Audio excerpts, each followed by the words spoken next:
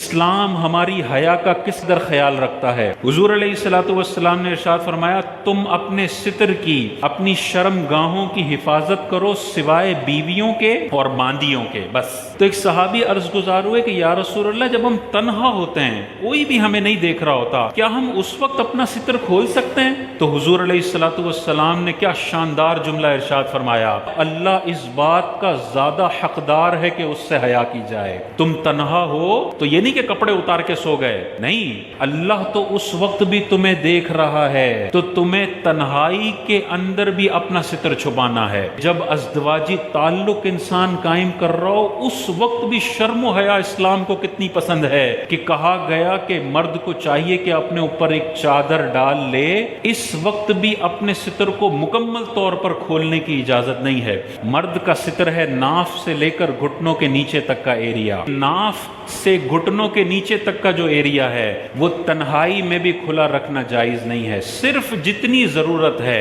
غسل خانے میں غسل کے لیے جاتے ہیں، استنجا کے لیے جاتے ہیں، بس جتنی ضرورت ہے اتنی دیر، یہ نہیں کہ ضرورت 10 منٹ کی تھی اور موصوف اندر موبائل لے کر گئے ہوئے ہیں اور 25 منٹ میں اندر برہنہ ہو کے موبائل استعمال کر رہے ہیں۔ یہ ستر بلا ضرورت کھولا جا رہا ہے اور یہ اللہ تبارک و تعالی سے بندہ حیا کرنے والا نہیں ہے کہ حضور نے ارشاد فرمایا، لعن اللہ الناظر والمنظور الیہ، جو ستر کھولتا ہے اللہ تعالیٰ اس پر بھی لعنت فرماتا ہے اور اس کھلے ہوئے ستر کو دیکھنے والے بندے پر بھی اللہ کی لعنت پڑتی ہے۔ بعض لوگوں کی عادت ہوتی ہے گھر میں قمیض اتار کے ہی حضرت گھوم رہے ہیں، بیٹیاں بھی ہیں، بیٹے بھی ہیں، لیکن ابا جی کی عادت ہے جیسے گھر میں انٹر کرتے ہیں قمیض اتار دیتے ہیں۔ اب اس میں بازو کا شلوار ناف سے تھوڑی نیچے ہوتی ہے، نیچے کا ایریا نظر آ رہا ہوتا ہے، یہ تو حرام ہے۔ جتنی دیر یہ گھر میں حضرت ٹہل رہے ہیں یہ حرام کام کر رہے ہیں، اور اگر ناف تک چھپا ہوا بھی ہے تب بھی بلا ضرورت یہ اوپر کا ایریا کھولنا مناسب نہیں ہے۔ انسان بڑا عجیب سا لگتا ہے آدھا ننگا ہو کے،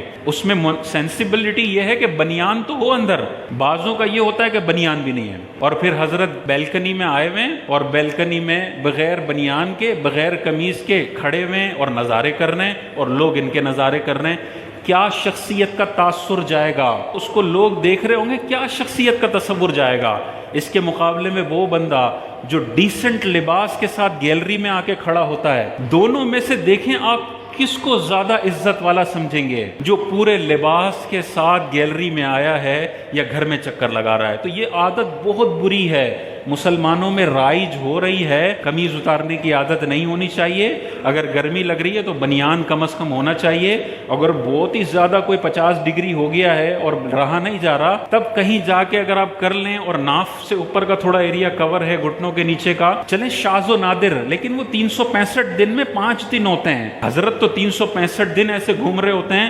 مناسب نہیں ہے۔ بچوں پہ بھی برا اثر پڑتا ہے، ننگ پن آتا ہے گھر کے اندر، بچیوں پر بھی برا اثر پڑتا ہے، اور ایک گھر کے اندر عجیب و غریب ماحول ہوتا ہے۔